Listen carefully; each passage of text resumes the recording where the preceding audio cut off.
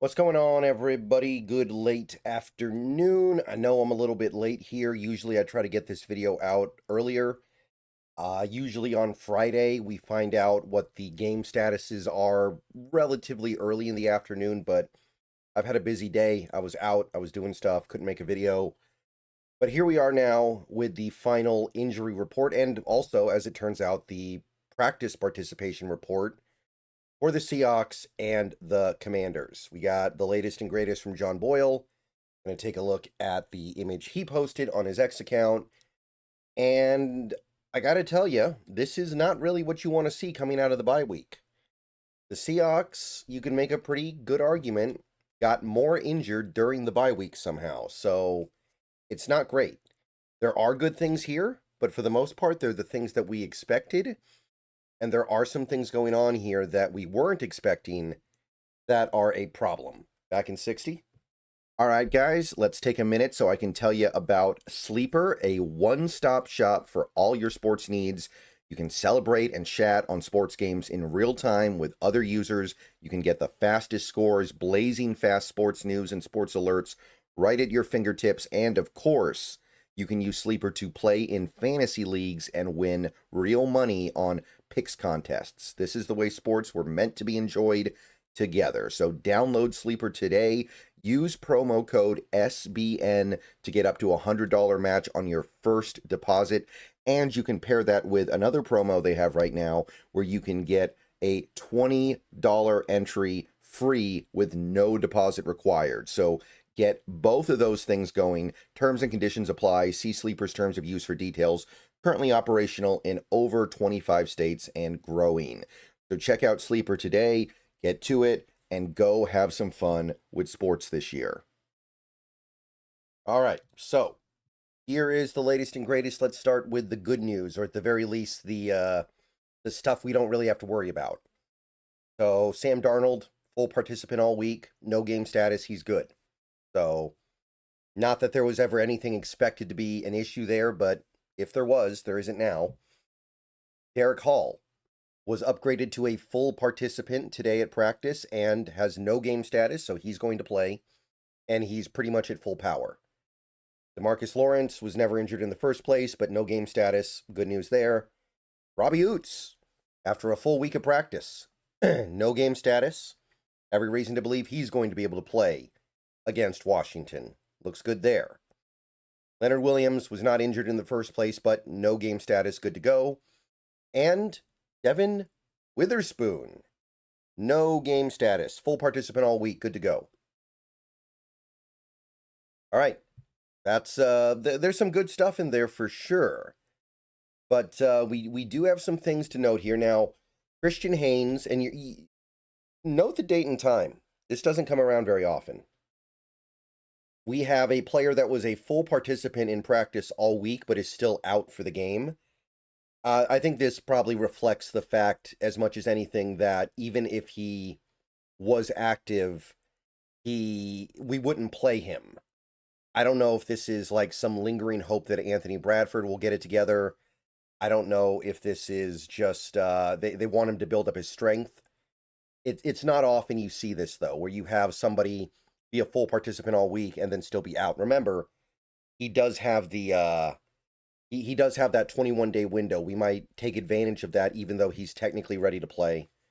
So that obviously, even if he were active, we wouldn't start him yet.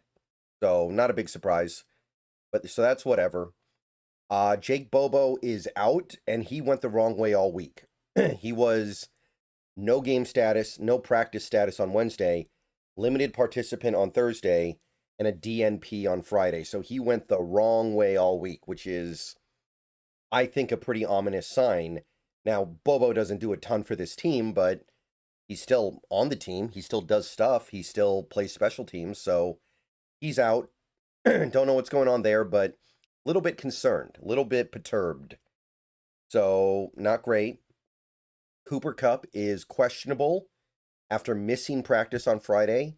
Apparently, the hamstring injury that he picked up in addition to the heel injury he already had is at least somewhat significant, and there's a real chance he misses this game. In fact, if I had to guess right now, I'd say he probably does.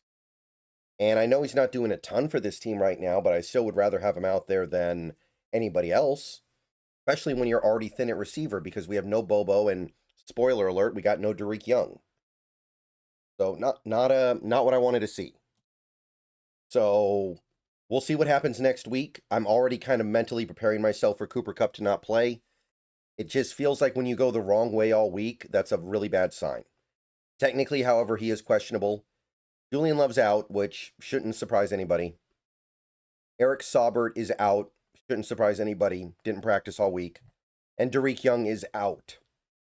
So, excuse me. Expect Courtney Jackson to maybe get a call up this week. Maybe Cody White as well. We're going to need extra receivers, especially on special teams. And here's a little bit of a surprise to me, and maybe this is just kind of a precautionary thing and he's likely to play, but Jarran Reed, questionable despite practicing in full. So, a wrist injury that still allowed him to practice pretty much all week. He was a full participant today as well. They still list him as questionable. Maybe this is just one of those things where they want to list him as probable, but probable doesn't exist anymore. So they just list him as questionable because they got to list him as something. I don't know. It does strike me as a little bit odd that he might miss this game, and it's also kind of a big deal. As much as Jarran Reed isn't playing stellar football this year, he's been fine, and we are thin up front. Not having Jarran Reed means Leonard Williams might have to play too many snaps. We don't have a lot going on behind Big Cat, Murphy, and a Reed. Like, what's behind those guys? We got Brandon Peely.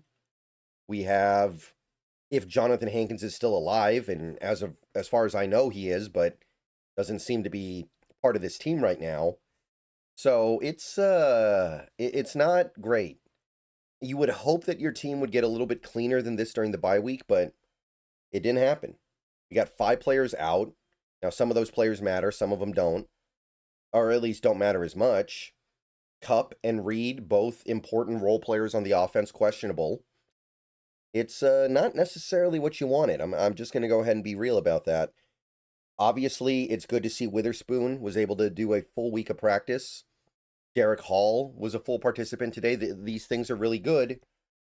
But what are we talking about here with some of this stuff? It's like it's like the bye week didn't really do us any favors. If anything, it made things a little bit more hectic. But anyway, that's it for the Seattle side.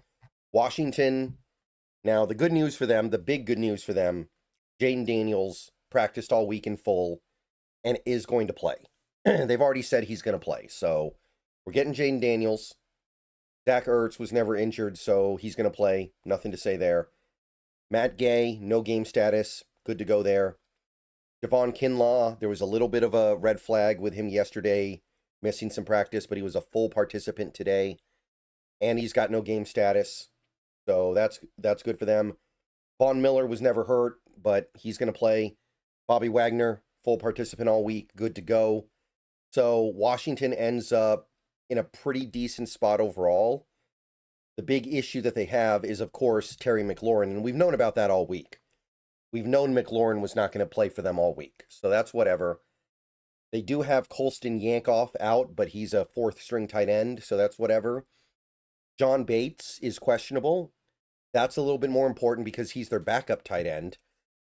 So maybe they're getting a little bit thin there. But where things get really interesting for them would be the 2 guys listed as questionable. And I'm going to move my face cam up so you guys can see. So we got Jerzon Newton, limited participant today in practice. Very little practice this week, is questionable. And Laramie Tunsil, limited 2 days in a row now, questionable. Now, Newton's significant, but Tunsil is extremely significant. It becomes a lot harder to imagine them finding a way to win this game without Tunsil. So the fact that he has a chance to play this week is big, but it still doesn't seem like it's a great chance. It does seem like they're kind of protecting him a little bit. It seems like Washington is going to err on the side of not playing him, if I had to guess. But we're probably not going to find out until a little bit before game time. So we'll see what happens with Tunsil. And look, Newton hasn't been great for them, but they still need him because there's not a lot going on up front for that Washington team that works, and Newton's someone who can theoretically get better. So they got to have him out there. So that's it for Washington. Obviously, their list is a lot shorter than ours, but there is some very impactful stuff here nevertheless. They've got a chance because they got their quarterback back, and they did get some depth pieces back. Like Kinlaw, while he's not a great player, getting him out there is pretty significant. Matt Gay, the fact that he's apparently fully healthy is a good indication for them, but we're probably not going to get a full picture of what this Washington team is until basically an hour before kickoff when we learn about Newton and Tunzel. Okay, that's it for the injury report. That's it for the game status report for this week. See you guys later. Go Hawks. Everybody have a great rest of your day. Might stream later tonight, might not. We'll see. But, yep, that is what we're looking at. It's not what I was hoping to look at this week, but it's what we got.